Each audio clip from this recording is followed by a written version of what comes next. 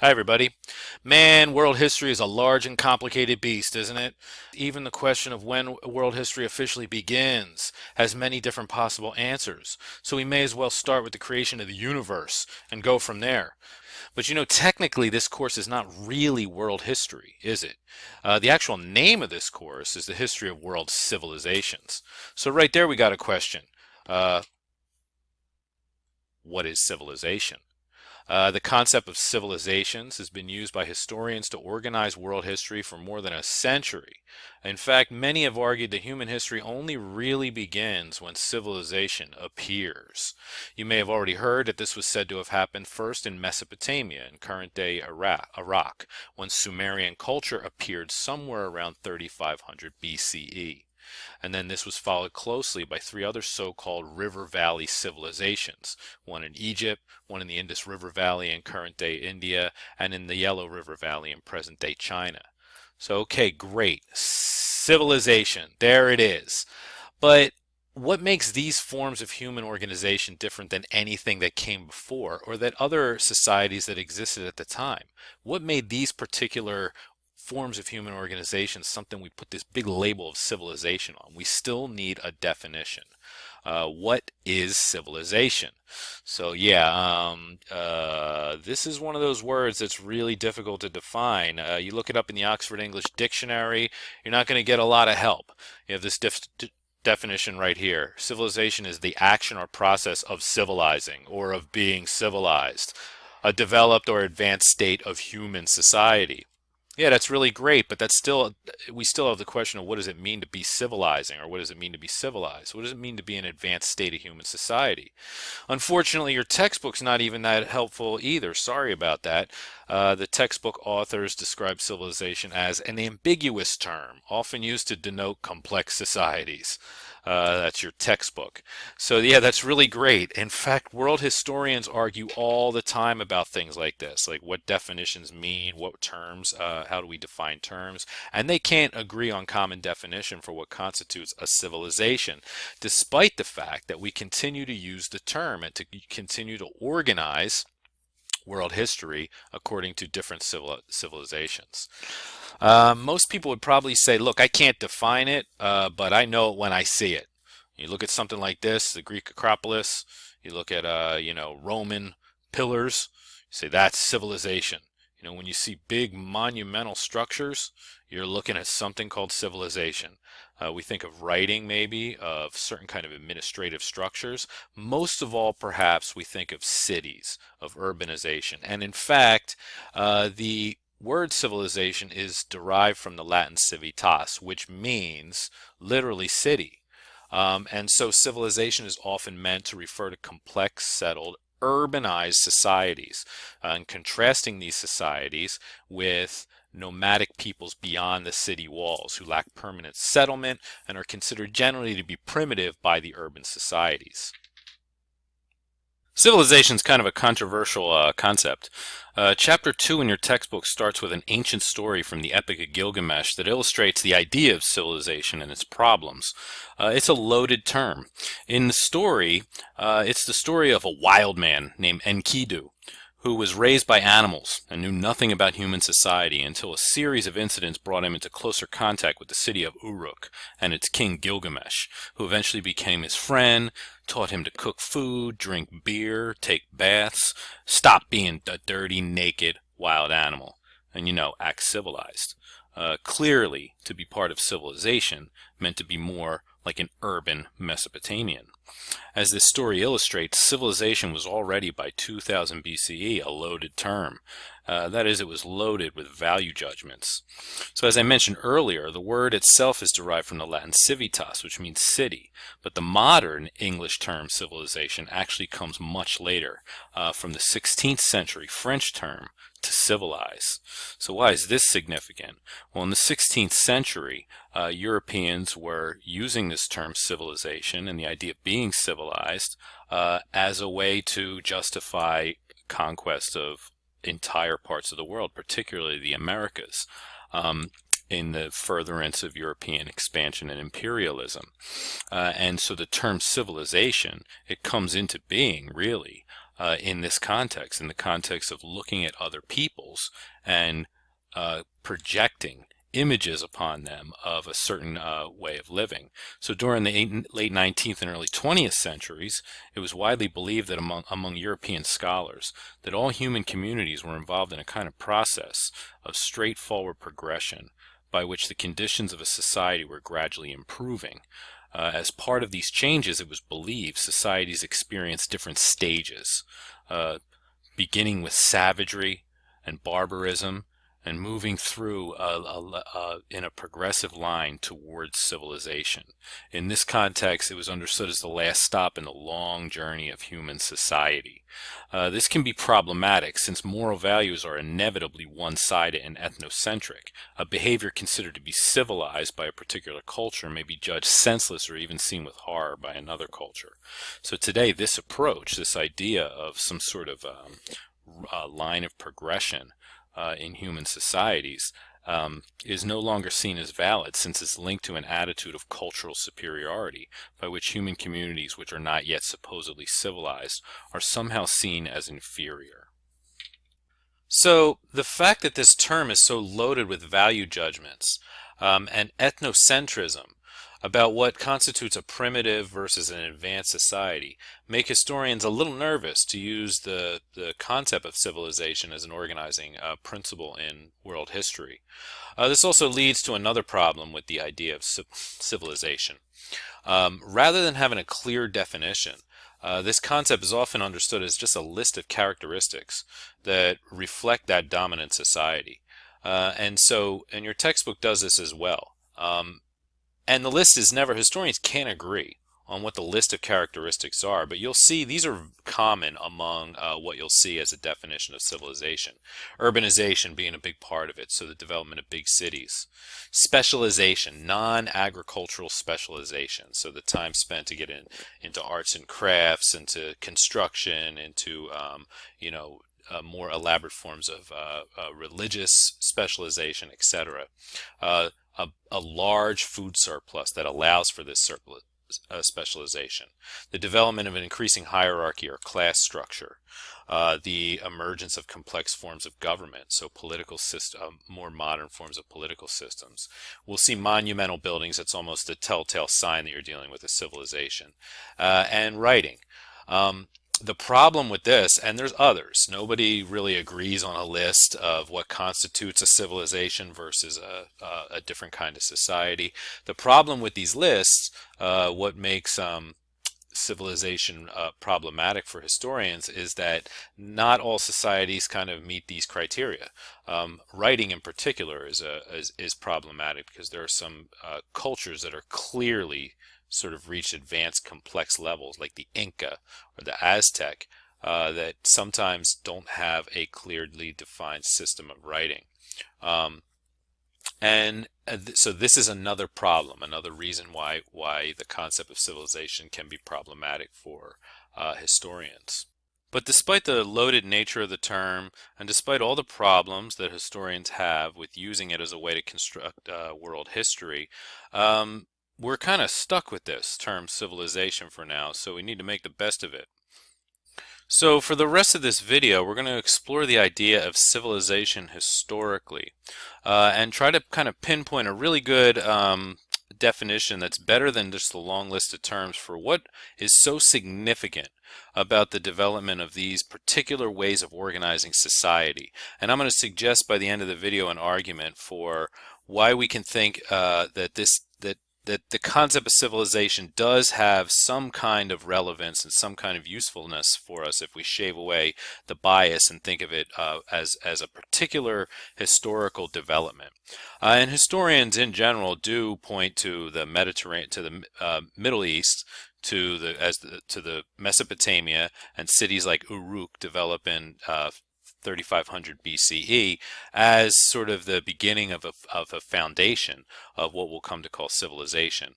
So yes, sometime between the appearance of Homo habilis, the toolmaker, and our modern ancestors, the first Homo sapiens around 200,000 years ago, and 3500 BC, something that we're going to be calling civilization became possible. So let's go on a search for it and see what it is.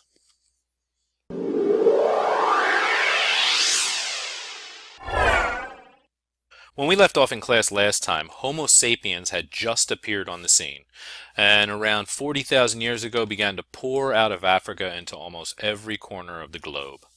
In this long era of foraging, from around 2,500,000 years ago to around 8,000 BCE, human societies were almost definitely organized around family and kinship ties. So this is the era of foraging, the largest, longest era in human history. Economics were based on gift-giving between kinship networks in order to cement personal relationships and reciprocity, that is, giving, receiving, sharing. There's no evidence in this period of gender domination or subordination. There's no real idea of social hierarchies. Relationship among early humans were personal and familial, so the family was society, with no need for the kind of institutionalized social structures we have today, most of which are designed to regulate relationships between strangers. Although a gender division of labor had likely appeared by this point, there's no evidence that the division of labor had connotations of subordination. So, humans in this period were uncivilized. The crucial and revolutionary event that paved the way for what we'll be calling civilization was the introduction of agriculture. With the domestication of plants and animals, this period, sometimes called this event, sometimes called the Neolithic Revolution, with this, human history entered the second major age, the agrarian era. The era when agriculture was the most important of all productive technologies and the foundation of most human societies. It was in this era, the agrarian era, which would last all the way until the beginning of industrialization, that humans would come to organize themselves into what we eventually labeled civilizations. The agrarian era was the era of the greatest human cultural diversity. It is estimated that perhaps as many as 70% of all humanity who have ever lived to date lived in the agrarian era, from around 8000 BCE to 1750 CE of the Common Era. The Neolithic Revolution took place in stages and independently in several different parts of the world. The first long stage, semi-cultivation, people would scatter seeds of desired fruit-producing plants in places where they were likely to grow. The next stage involved the use of fire to clear fields and the use of specialized tools to plant and harvest grain. As far as we know, this process happened in many different parts of the world, and relatively the same period of time. First, in the northern Middle East Black Sea region around 8000 BCE with the cultivation of wheat and barley. Second, in South China and the continental Southeast Asia around 7000 BCE with the introduction of rice. Third, in Central America with its domestication of maize, quinoa, potatoes, and manioc about 5000 BCE, and fourth in sub-Saharan Africa with sorghum, millet, and teff. At present, we lack a really fully satisfactory explanation for the origins of agriculture, why this happened, when it did. Any explanation must account for the curious fact that after 200,000 years or more during which humans lived as foragers, agricultural lifeways appeared within just a few thousand years in different parts of the world that had no contact with each other. There's some history mysteries there. Domestication of animals proceeded about the same time, and also independently. First, human hunters domesticated dogs, then later sheep and goats for milk. meat and wool, and in most parts of the world, animals were domesticated as laborers to eventually pull plows and to supply manure for fertilizers. Important exceptions were the Americas and Central Asia and Africa. In the former, there were fewer animals suitable for domestication. In the latter, the environment did not support settled agriculture. By 5000 BCE, agriculture had gradually spread and was becoming the most common economic system for the largest number of people in the world. No matter how we end up defining civilization, agriculture is a necessary precondition to what we call civilization for the simple and most revolutionary reason. Agriculture involves settling down, which brought massive changes to the human experience. Agriculture involves more sustained and focused work, redefining and increasing work expectations of human society. Agricultural societies generated cultural emphases, especially by encouraging new attention to the spring season and to divine forces responsible for creation. So early food producers appear to have worshipped ancestral and nature spirits. Religion centered on sacred groves, springs, and wild animals that included deities such as the Earth Mother and the Sky God. Megaliths, that is, big stones, were used by food-producing societies to construct burial chambers and calendar circles and to aid in astronomical observations. So this is linked with the development of agriculture. The crucial features of agriculture were its role in population increase and its capacity to generate discernible surpluses, which freed at least some people to do other things, such as manufacturing pottery. So this is the big revolutionary thing about agriculture. The more food surplus is produced through agriculture, the more time people have to do other things like pottery, etc. Agriculture was the necessary precondition for specialization, for distribution of labor, and for social differentiation and hierarchy. So because of the time that's freed up from agriculture, people can start to specialize in doing other things, and then society becomes more complex. But realize these early agricultural economies were limited in that they still required about 80% of the population to be engaged in farming, which limited the amount of potential size of societies. These early food-producing societies organized themselves into villages, but in some places the environment supported the growth of towns, in which we find more elaborate dwellings, facilities for surplus food storage, and communities of specialized craftspeople. The site at Jericho is currently the oldest settlement known of its type, with round mud brick dwellings that may have been based on hunters' tents. Perhaps 1,000 years later came rectangular buildings with plastered walls and floors and doorways that opened into central courtyards. A stone wall was built 1,000 years later, either for flood protection or defense. And if we see it as an urban fortification, that makes this the oldest city wall anywhere in the world. So here we have some kind of form of urbanization. Is Jericho here a civilization? So should we move the cradle of civilization west from the Tigris-Euphrates to the Jordan River? Well, they don't. Çatalhöyük, if you see this map right here, it is up in Asia Minor in current-day Turkey. Çatalhöyük is an even larger town, covering some 32 acres in southern Turkey, and founded sometime around 7000 BCE. Unlike Jericho, Çatalhöyük had no fortified wall, and was instead constructed in such a way that the tightly clustered houses provided their own barrier, with outermost houses that had no doors or windows. Residents entered houses by means of ladders and holes in the roofs, so they were all clustered together. They didn't need a defensive wall around it because the whole town, the whole city, was defensive. The remains of Çatalhöyük reveal a rich and incredibly long-lasting society. The population averaged between 5,000 and 7,000, with a one-time peak of maybe 10,000 people living here. Sites consisted of large numbers of buildings clustered together, and neighbors lived in a very close and interconnected lives in a honeycomb-like maze of dwellings. Houses contained rooms for a range of domestic activities, for cooking, crafting, etc. Others were used for storage. The houses were cleaned scrupulously. Very little evidence of rubbish and sewage and flood waste disposed outside the ruins. People of Çatalhöyük buried their dead within the town, as remains found in pits beneath the floors, hearths, and beds attest. The burials were highly ritualistic and show evidence of rituals performed before burial. Some houses were lavishly decorated, mainly with hunting scenes and religious images of mother goddesses devoted to agricultural fertility. Indeed, there's a religious shrine at Çatalhöyük. For every 2 houses, there's a religious shrine with depictions of wild bulls, female breasts, goddesses, leopards, and handprints. The site is really striking for its female figurines, with the female deity outnumbering those of the male deity. The seated goddess was found in a grain bin and may have been there to protect the food supply. There was also metalworking, which was an important specialized occupation in the late Neolithic period. Eventually, Çatalhöyük was a center for the trade of obsidian, and its craftspeople were producing pottery, baskets, woolen cloth, beads, and wood products. Trade was conducted with hunting peoples in the surrounding hills and villages. And yet, there's no evidence of a dominant class or a centralized leadership. Çatalhöyük was composed entirely of domestic buildings with no obvious public buildings. There are some large rooms with ornate murals, which may have been rooms of worship, but that's it.